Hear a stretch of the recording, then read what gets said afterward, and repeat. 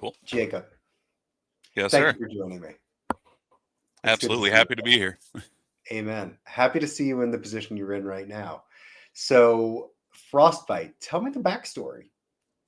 Yeah, so 3 years ago when they decided to legalize everything, my wife and I, we were, hanging out trying to figure out a good business name to call it. We thought Northern Lights, we thought Midwest, and none of them really stuck. And then we had a really close friend that just came up with the idea, and he said, it should be Frostbite. And we asked him why, and he said, weed so good it'll make your face go numb. And we all busted a gut laughing, and that's how the name came about. And then the passion for cannabis and the passion for just the business it's something I always wanted to do.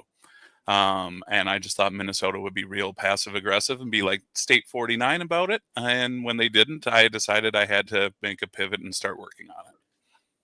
Why did you think Minnesota would be so late to the show? It just every time they tried to do something around legalization, it felt like they weren't all in, that they weren't committed. Ah, Um, and then, when it suddenly happened, I was ecstatic because it's something I've always wanted. And I'm glad to see that a lot of the legislators have been pretty good about it otherwise. So, well, the way it came together in Minnesota was actually quite good. The program seems well put together, well thought through, well executed. I'm impressed with Minnesota, so I'm glad that they defied your expectations. absolutely. Yeah, I think some people are feeling a little bit of strain of like early market stuff going Sure. on here, but I think that's expected in any emerging market, right? So, Everywhere, every single market. So let's talk about that pain a little bit. What's going on the ground? yeah, so I think a lot of people from who I've spoken to and just kind of around from what I've seen in the news as well, they're feeling a bit of strain from lack of supply, right? Sure. And it's not necessarily entirely lack of supply, but a lot of the cultivators that have gotten licensed, whether that be micro cultivation, whatever, um, they licensed them at the same time as they licensed people like me doing Oh, no retail, right? kidding. So there wasn't a lead Um, time. so there was no lead time for them, and as we all know, it's a plant, right? Yeah. So that's been a struggle. So then you have to shift to, well, who has it? Our tribal partners in the state, right? And we have 11 of them here, right? So we can lean on them, but it's been a new frontier for a lot of people working with sovereign nations. So Yeah. Yeah. Well, they are in a clutch position right now. The only thing absolutely, producing. yep, Yeah. So is the product that you have on your shelves with your upcoming launch and imminently, right on the first, I think you said? yep. Amazing. Um, is that all from the tribal nations? Yeah, any of the non-low dose stuff, right? So that's all the flour, the pens, the rosin, all those types of things. Those are all at this moment in time from tribal nations. I'm working with the medical suppliers right now, trying to get a good line of communication there because they're also allowed to sell into the recreational market. Right. Because I'd like to have, I love diversity in product. I love to be able to supply whatever our customer wants. So. And you have to keep it interesting. For sure. Yeah. Having 2 to 3 strains, 8 strains, that doesn't pique everyone's interest. They want to come in and get the full experience. Yes, and the latest and greatest. Yep. Strain mania is like a real thing. For sure. It's got to be a constant revolution. It can't just be every week this is the strains that they have. So Hmm. How are the genetics? I think the genetics are good. From what I've experienced, I personally really love what we have going on here. Great. And I know there's a lot of people in this state that, especially in the micro territory, that are going to have some phenomenal genetics, and they just need a little bit of time to, get their operation going. So, Yeah, it's always a mad dash to get things into the state when you have the window. yep, And the smart people are building seed banks and yep, not pulling it all out at once.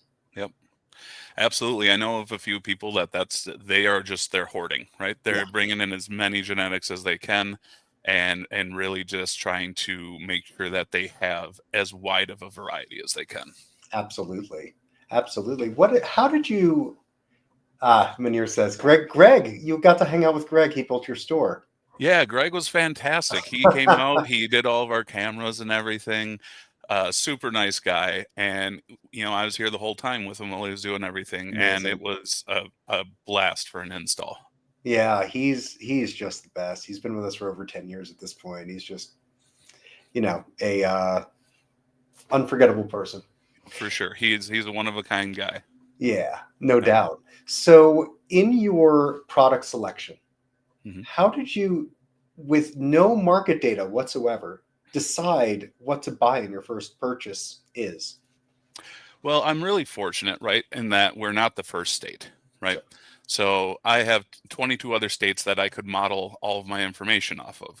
And I can use that sales data based off of everything they have. So um, I went in and I looked at markets that I felt were similar to ours to try to get like that correct spread of, how many strains of flower do I have? How many Mm, strains of concentrates do I have? How many SKUs do I need for edibles? And then just leaned on partner experiences and asked them like, "Am I in the ballpark here? yeah, Does this sound right to you?" Like just as a gut check for myself. yeah, totally. And the demographics in your area are pretty, parallel to quite a few out there. Absolutely, absolutely, and that's it's been really helpful with that because I don't have to go into it completely blind, right? So. Right. Let's talk about your site selection. How did you decide where to put Frostbite? So we targeted this location absolutely. So I'm from Minnesota, born and raised here, right? So I'm really familiar with the landscape, and I knew that certain cities were going to cap based on population size. But I also wanted to stay fairly close to the metro. So Roseville, where we're located, they're allowing three. So we're one of three, right? And then our neighboring cities around us, St. Anthony, they're only allowing one. New Brighton's allowing two. Arden Hills, I believe, is allowing one. So there won't be a mass concentration in our area, Hmm, as opposed to like Minneapolis and St. Paul, right? They are right, not capping right.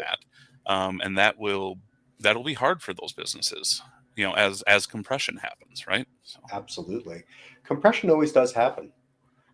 In every single market, the price point goes down.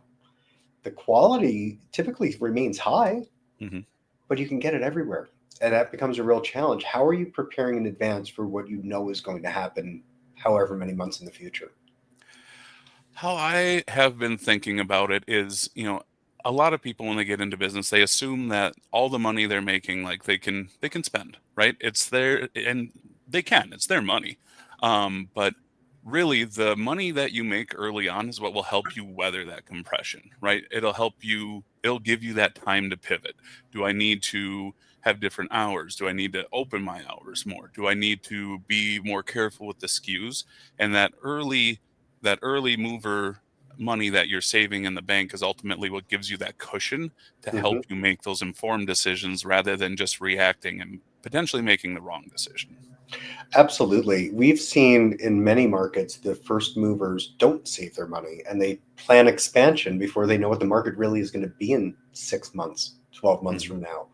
When all the farms get up to speed and when everybody has supply and everybody's open, completely different landscape. Absolutely. It will be what it'll be in December when we open versus what it will be next December. It's going to be a completely different market. Yeah, And just knowing that and coming to terms with it up front before you go through all of this is something that I feel is just necessary if you want to survive, right? 100%. 100%. So the House is either voting or has voted on the new budget, which will ban intoxicating hemp derived products. How does that impact Minnesota that's been on the forefront of so much of this? I was visiting last year and I went into a bar and I got myself a nice drink. It was lovely. It's fantastic. And, I myself, I don't drink. I only drink THC beverages. I don't drink liquor, alcohol. So for me, that's huge as well. But I think that if they truly go through and ban all of these hemp producers, manufacturers, it will be devastating to a lot of people's Yeah. businesses.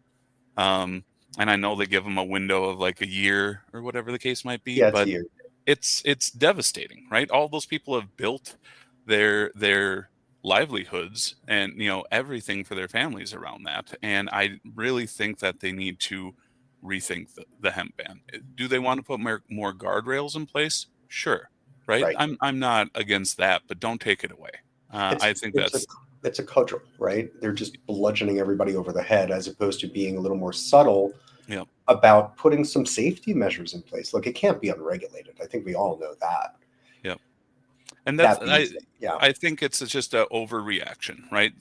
I don't think that their fear is unwarranted in like having too strong of products in market Mhm. or whatever the case might be. That seems to be the angle that they're taking. Um, There's no data but for that though. yeah, absolutely. No data to support it. Yeah. I think you put yourself there. You go. Yeah, I muted myself for a second. My phone was Ah, ringing. So very good. Very good. So that is going to change the landscape. And I wonder how many people can actually get compliant and pivot in time. I mean, that's a short runway to completely Very. change your business model. I mean, to build this retail location, I've been working on it for 3 years, right? To get to this point. Now they've been operating, and I understand that, and some of them have probably seen this coming to an extent, right? But like, if that means changing your model to getting a full-on cannabis license in that state, that Yeah. might not even be an option. Yeah. So that's what's that look like for people partnering with people that have the ability to do it?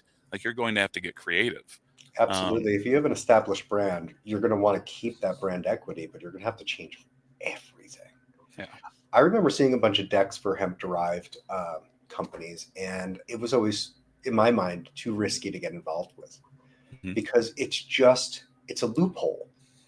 It's not a law, it's a loophole. And loopholes can be sewn up so fast, as we've just seen. It came out Mhm. of nowhere, really. Absolutely. Yeah. And that's the thing that has made me be cautious about moving into other states in that regard is because typically when they leave something like that open, it is not permanent, right? Yeah. Maybe they'll regulate it in a different way. It's no different than some people pushing like THCA flower around the market, right? Hmm. It's the exact same mentality, and in my opinion, it's a temporary thing unless you help shape the legislator's opinion to actually do what you're trying to do. Absolutely. I'm going to switch just a little bit. Can you remind me if Minnesota has drive through or not? No, no.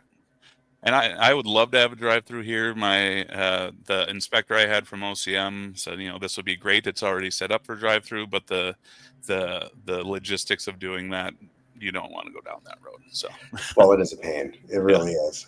We've created some of the touchscreen checkouts for drive-throughs in other states, and the problem is always payment. Come Hmm. around, and then you actually have to pay. Everybody wants integrated payments and everything, and it just isn't going to happen. Hmm. Drive-through would be so seamless if you could just boop and go through, show your Yeah. ID, and leave. Yeah. Oh, people do, especially in a state like ours where it gets cold in the winter, I don't right? want to get out of my car in Minnesota in January. No.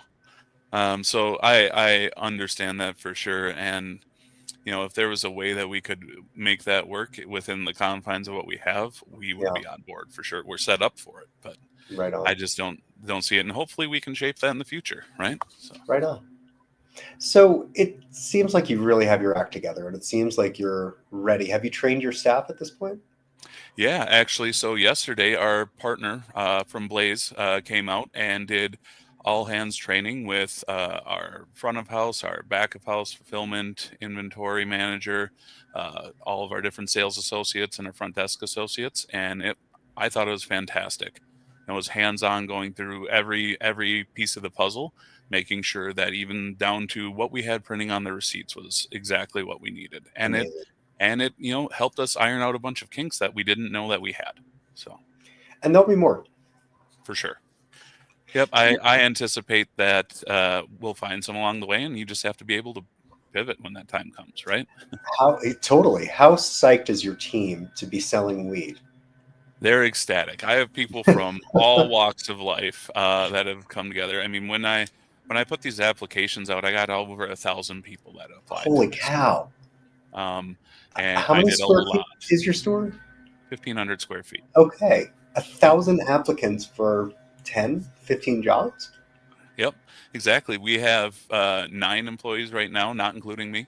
And Yeah, I mean, it was a lot to comb through, Wow. but I feel like we picked a really rock star team that has the right attitude about really helping customers and, expanding their knowledge so that they can help serve everyone. So, How are you going to encourage customers to come back that second, fourth, 20th time? so I have a passion for learning and helping educate people, and not everyone in this market is as experienced as you or I in even trying THC. Right? This may be Mm. a first time. They may be trying to expand what they're using, and really that education aspect is huge for me. My background prior to this was all in training and development for all kinds of people in very regulated spaces.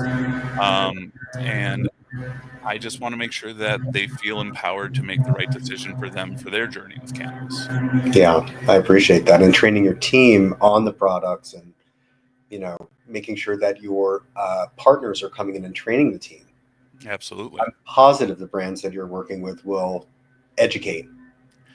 Yeah, every single brand vendor that I have spoken to has offered to come in and teach on their product, right? Because no one sells a product, no one educates on a product like the people that make it, right? One of our vendors, they're great people over at Puff Puff Pop. Like their hands-on approach to being willing to come in and help our team, I think, is huge. So, That's awesome. yeah. That's awesome. What are you concerned with as you open? Me personally, the biggest thing that I find concerning is that now I'm responsible for many other people's livelihoods, not just mine and my wife's, Right. right? But now I have employees. We have employees, and that's huge. Yeah. And so that's the one thing that it's sitting on my shoulders. But in terms of the market, the hemp ban is concerning to me mainly because I know it'll impact a lot of people, and just the speed at which the state is licensing some of the other necessary parts of the puzzle, like transport, right? That's going to play a huge role in how we can advance. Yeah, a lot of it is out of your hands. Hmm. However, keeping your team happy, keeping them engaged is completely within your realm. And it is a very Absolutely. important thing, especially as you're getting going. Building that trust in the trenches is everything. Hmm. So we have a question from LinkedIn user, apparently.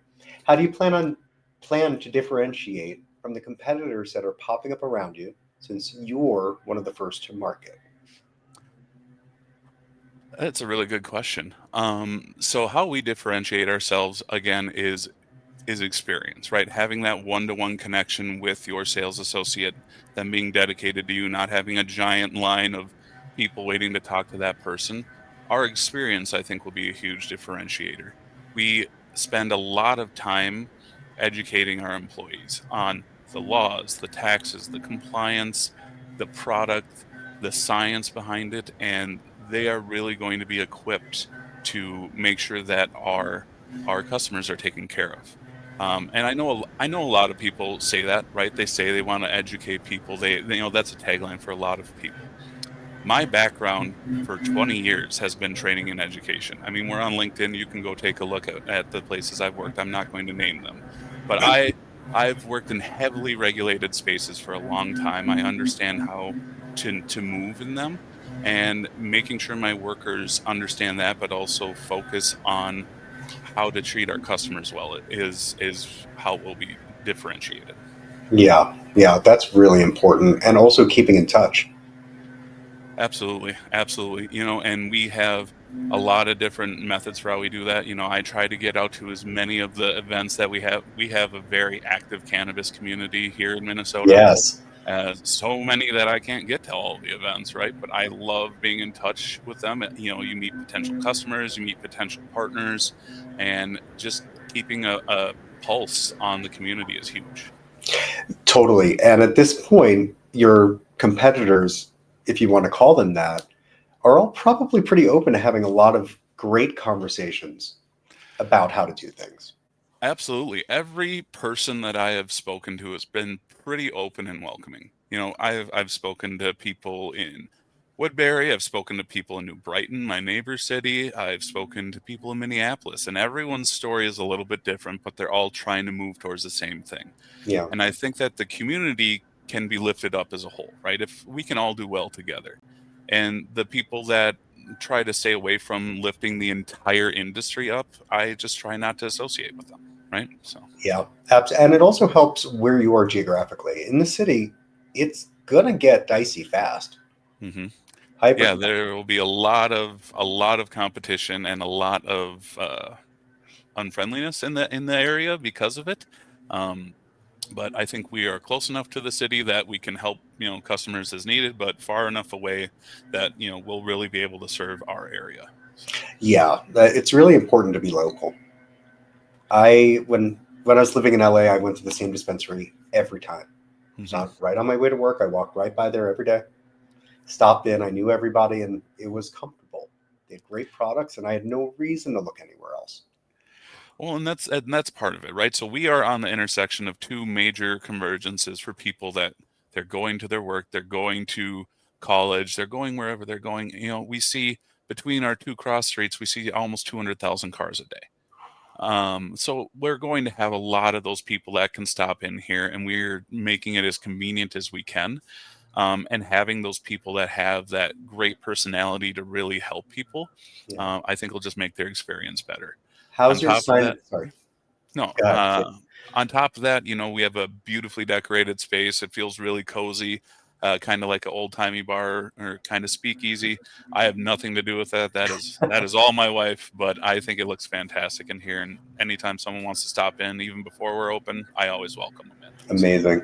I was going to ask about your signage and your parking, two very important things in given your location. absolutely. So we have our sign's been up now for 2 months about. Both front and back, really easy to see, really easy to spot us. We're right out on the road on County Road D. And we have a massive parking lot here. Great. There will be no issues with parking, even if we have a long line. I mean, there's 200 plus spots in this parking Great. lot. So. Great. Have you put kiosks on your sales floor? We have two kiosks on our sales floor with AI bud tenders on there to help people through the process and help them make a selection based off the inventory we have, not just a generic selection, but what you have available to you today. It'll help you pick those products. Oh, that's wonderful. That's really great. Are you allowed in Minnesota to open the jar and smell, or is all packaged? So it is prepackaged, but in Minnesota, you are allowed to do display samples as long as you can keep them in a locked container. So we do have sensory jars here that you can both look Great. at and puff and smell the product prior to you buying it, because I know Nothing that's a quite like huge part that. of the experience. Absolutely. Totally. Is your puppy an employee? Munir asks. We do have a shop dog. His name is Bowser. He's actually in the other room right now. He's a big golden doodle. He is a Nice. sweetheart, and he hangs out here most days with me. That's wonderful. Yeah. Nothing like a hypoallergenic dog to keep customers happy. Absolutely. No shedding, nothing to worry about there. And Yeah. he's the biggest lovable dog you've ever met. Oh, that's So, great. That's really great. yeah. Um, how are you planning on marketing in the local marketplace once the initial rush kind of passes through, right? There's going to be that moment where you're like, going to get a few more people through the door. Absolutely. I mean, I'm very fortunate that my wife's background is a very similar background. So she's able to guide me on a lot of things. Um, and that has been invaluable. So we are, we're doing what other people are doing. We hit all the social medias that you can think of, right? We have our email capture list that we're working on. We have the ability to do push notifications through the app that we're building with our point of sale partner. But on top of that, really understanding your local market and your organic traffic and being able to build your SEO, right? So that people can actually find you. It's huge. So Yeah, it really is. Do you have a quick pickup function?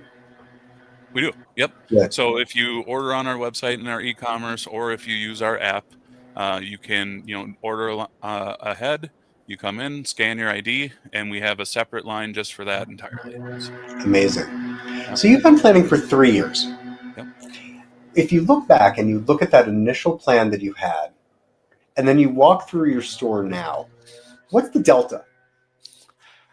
I have changed that plan more times than I can count. Uh, the initial plan I had was just a rough business plan of this is how I think I'd like to do business. And then I spent hundreds and hundreds of hours researching, looking at trends, looking at sales data, understanding customer flow, heat mapping from other dispensaries to see how customers move, what they look at, to build what we have here today. Um, and even during the build, things had to change, right? Mm-hmm. Things didn't work with the footprint. Things didn't quite lay out the way they were. So, and every time it was just based on data, right? It wasn't just a gut check. It was what's the right thing to do for the business to operate efficiently. Yeah, that's really important. And I think you're taking an analytical approach that a lot of folks should. I agree. I think there's a lot of people that have the, open it and people will come mindset. And to an extent, I don't disagree with them, right? Right. Because in the first year, I believe that to be true. It's after the first year, right? How do you keep those efficiencies? How do you improve on those efficiencies? And how do you keep being profitable? Because that's when the compression starts, right? Right. So it's something that you just have to be prepared for, and really go in there with data is the right way to do it. We're not the first to do this, and leverage those other states that have gone before us. Yeah. 20-second mover advantage or whatever it is. Yep, exactly. And I'm sure you went to a million dispensaries physically and went through Mhm. the process and so on. What is the mistake that you refuse to repeat that you saw? I did. So I traveled through a lot of dispensaries in California and other states, but fortunately, I go to Palm Springs area, once a year, and I went to dispensaries that looked like they were popped up in a shed, and I went to dispensaries that looked like they spent $10 million on Yeah. it. And the thing that I absolutely refuse to falter on, is customer experience. Hmm. They need to be able to have that time. My least favorite thing is going in and the only option is something that's automated, Yeah. right? I that having that good human touch to really help people, I believe is huge. And then also being respectful of their time. Some people want to spend a lot of time in a dispensary. Some people just want to get what they're there for and go, and not hold them up. And finding that right balance is huge for our business. Absolutely. And to your comment about a $10 million dispensary, it's very easy to overspend in the beginning. And that capital will take a very long time to make back up. Hmm. Absolutely. From all of the partners I've talked to, you guys and everyone else, they were throwing these numbers at me of what people are spending on their initial build, and it's a lot.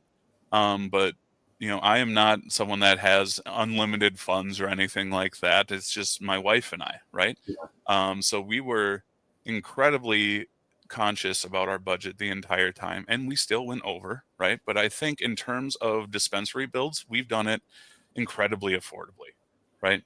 Great. Most people open it for $1 million, $2 million, and we are at a fraction of that. Wonderful. Wonderful. There is a curse of having too much capital. Yeah, it burns a hole in people's pockets. Like they think that it's there and that they should spend it, and that's Right. that's not the case. You really need to hold that close to your chest as much as you can. That's reasonable, as long as you can, because it's a perfect example here. We've been built out for a while, but we've been waiting for everything else to catch up. You need to control that burn, because that's what you're doing. Absolutely. You're just you're just burning money at first. So you have to understand what's your burn rate and how do you control it so that you can get open and not just build something and then close. Yeah. Yeah. You have, what, 17 days, 19 days until you open. What's left on your list of things you need to get done? You know, I actually have a physical list that I walk I'm by sure every you day and do. I check stuff off. Yeah. But it's these little things, right? It's these little things you don't think of, like uh, getting signage fixed correct, getting one more monitor so that everyone can have a security monitor at their stations to monitor their cameras. Hmm. Um, Making sure that phones are set up correctly with the correct prompts. It's the little tedious stuff that's left. Functionally, I could open my doors today, right? Sure. The everything is ready to go. Um, but I really want to make sure everything is well oiled so that that experience that I was talking about, it goes off without a hitch. Absolutely. Yeah. A LinkedIn user, I really wish I could see people's names on this, asks for new operators trying to follow in your footsteps. What is the biggest surprise so far with opening your store? Oh, one thing, at least for my license type, right? There's a lot of different license types in Minnesota, but one thing that I found interesting was even though I am only a retailer, right? I'm a micro business with a retail endorsement. Um, my property was zoned for retail, but my municipality didn't consider a micro to be a retail because I could potentially get other endorsements in the future. So what that led to is having to do conditional use with the conditional use board, having to go in front of the city council and get their blessing, right? Yeah. And our city has been fantastic. They've been wonderful to work with.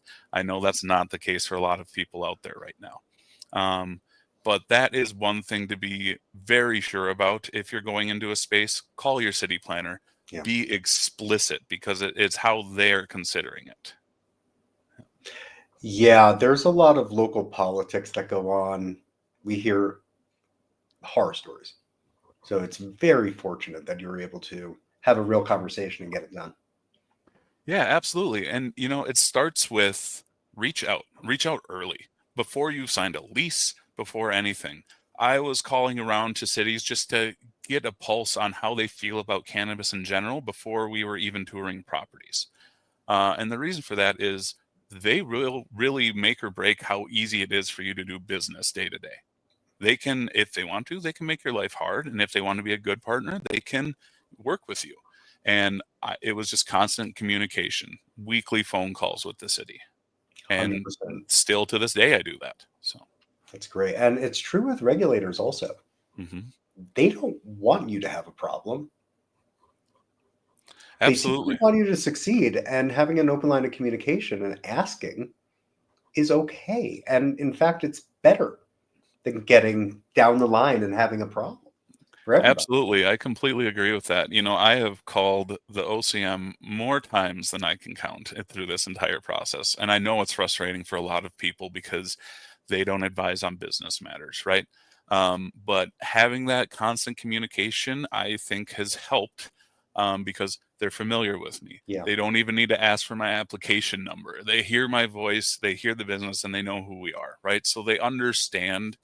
Um, that we're actively trying to be a positive influence in this rather than just someone that's trying to make money quickly or be a negative actor, right? Or get around the rules. I'm actively trying to make sure I work by your rules. absolutely. Knowing that you're a good faith actor will make your path so much smoother with them. Hmm. Really will. Yeah. So when you're looking out and you're looking at other folks with retail or micro licenses, how quickly do you think the state's going to be inundated with stores and with competitors and with growth? Like, are we looking at a slow and steady, or are you looking at a spike in a few months? I think the next month or two will be kind of slow and steady. The people that have already built, or some of the Lodo shops that have switched over, some of the more established people that have been around, whether that be in like glass or something else, right? Um, so I think there will be a slow trickle of that, and then I think it's going to be a very sudden. They're opening every day. Yeah. So that's how I see it kind of rolling out over the next few Did a months. lot of the municipalities limit appropriately? It sounds like yours did. Is that true as you've seen across the state? Yep. So most of them, I won't say everyone because I haven't called every municipality, but Fair. all the ones that I've spoken to, they're doing it based on population, right? Um, if they're not allowing more, but they have to allow at least a certain amount per capita, right? And that's what I've seen. So like Roseville has 35,000 people in it. They're allowing 3. New Brighton has slightly less. They're allowing 2. Right. St. Anthony has 10,000. They're allowing 1. Right. So Got it. yeah. Got it. Cedric's asking you to name names. When you call the OCM, who do you ask to speak to?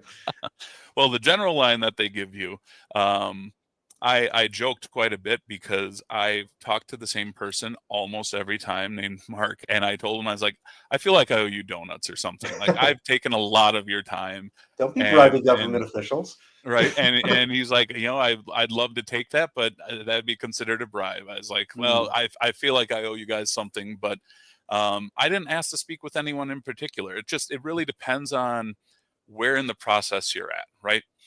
Once you get past that preliminary approved part, calling the general line for most of your questions, they won't really be able to advise you on those questions that you're asking then. Um, at that point, you should get a licensing email. That is who I'd recommend asking a lot of those questions to. It is too bad that they can't answer business questions. I'm going to guess they get a lot of them. I'm sure they get tons. One of the things that I asked them to clarify, again, trying to act in good faith here, was they said you have to obscure the sale of cannabis, but they give no definition of what that is, right? Um, so I was like, do I need 100% black out my windows? Because when you come here, you'll see the entire front of the shop is windows. So like, what do I need to do here? And went back and forth and back and forth, and they gave a very canned response of we don't advise on business matters. All I was trying to do was make sure I did it right the first time because that stuff's not cheap. Right. So at the end of the day, what I did is I included my local city planner and the licensing email I talked about. I said, here's what your law states. Here's what's wrong with it with my municipality. They need to be able to see in a certain amount for fire code. Let's come to some sort of agreement. And at the end of the day, they basically said, work with your municipality to make it work and make sense. So, Okay. Okay. That is a very reasonable way to go. yep. Yeah. Don, my buddy, asks, what was the most boring thing you had to do to get into compliance? Something that you said, really? um, the thing, and I know every company needs it, right? But the most boring thing, and it was a monotonous thing every year, was code of conduct, right? Most people generally know how to act. They do, right? They don't need this. And I was the person building those for corporations a lot of the time. And so on top of that, I built the course, I sat down with those people, built the training, and then I'd still have to take the training. And it's like, why, right? Checkbox. Um, but there's a lot of red tape in compliance, right? In the financial side, I've been in the nuclear side, I've done aerospace, and it's all different, but it's all kind of the same. It's Yeah. just a lot of red tape. So Yeah. Yeah. All right. I think we're out of questions unless anybody else wants to throw one in at the last minute here. yeah, happy to answer whatever you have. Unless it's for some reason sensitive, but happy to answer questions. So Sure, you can dance around whatever they ask. yeah. Sure, it's fine. Are you going to be in Las Vegas? For MJ BizCon? Yes. Oh no, that's I your was week of opening. Yep, I was gonna say I wish I could, but I've got Yeah, different you've got your hands priorities. full. Maybe next year. Yeah, That's one I've always wanted to get out to, and I just haven't had the opportunity yet. So it's always a lot of fun. It's very interesting.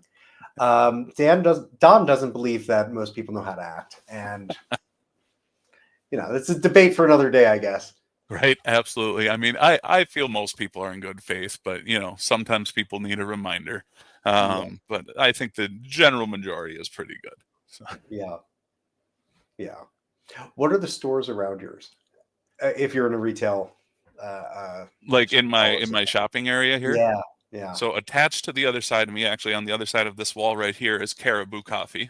Hell yeah, great. Which is fantastic. They have been great. They're very excited about us moving in here. Oh, I bet. I mean, being able to make one stop and get your weed and your coffee, I think that's a pretty solid thing. We've got a gas station right there. We've got a chiropractor's office. We've got a dance studio that they do like fitness workout dances in. Very lovely people there at the workroom. Um, we've got a Chinese buffet, a hair supply store, a Dogtopia daycare, and a tattoo shop. So kind of a Sounds spread like of everything. everything, You got it all, other than the liquor shop. right? Cedric is asking, how long did the final inspection take, and how long did it take after submission? Okay. Yeah, two separate questions. So the final inspection, like when the OCM was here doing my inspection, they were here about an hour and a half. And they had a very long list that they went through. I think it's about 42 pages long, that they went through and checked everything that you submitted in your final plan of record. As for the other part of the question, how long like did it take to get them out there? I submitted my final plan of record, and then it took about a week. It goes to the city after you submit it at first to say, yes, their site is good. They've done all their local zoning and everything like that. The city has up to 30 days to approve that. I have a good relationship with the city that I've built the entire time. I called the city manager. He approved it the same day, which sped up that process, right? And then from that point, the OCM has 90 days to get back to you. It took them 20 for me. So. Pretty great. How many times were you told that cannabis retail would not be allowed in a location until the feds make it legal? At this location, none. Well, But leading in up. general, I got shot down by pretty much every national like chain when you go into Yeah, shopping centers. yeah. None They of don't want them to be were anywhere interested. near it. They don't want to be anywhere near it, have anything to do with it, and every one of them said something around that, or Hmm. their bank won't allow it, their mortgage won't allow it, every Insurance. excuse you can think of, right? Yeah, But I was very fortunate here. I have a fantastic landlord, who's a pro cannabis lawyer, owns the building outright, doesn't have to deal with a lot of those things.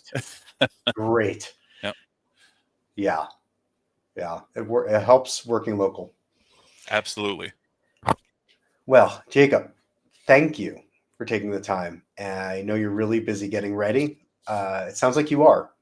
I wish you the best in your launch. I appreciate it, and I love being on here with one of my partners, and I'm ecstatic. And next time you're out here, you'll have to stop, and I can show you I around too. cannot wait. I cannot wait. Cool. I might wait until after the winter's over. I don't blame you. It gets a little brutal here sometimes, but Yeah. this one's It's, supposed to be snowy if you like snow. well, I was in Milwaukee 48 hours ago. It's already getting chilly out there. It is. We got a little heat wave this week. They say it's supposed to hit 60 again, but it's going to start getting cold fast. That's weird. That's so weird. All right. Well, thanks again. I appreciate your openness and honesty throughout the whole process. And I really wish you the best and your wife the best.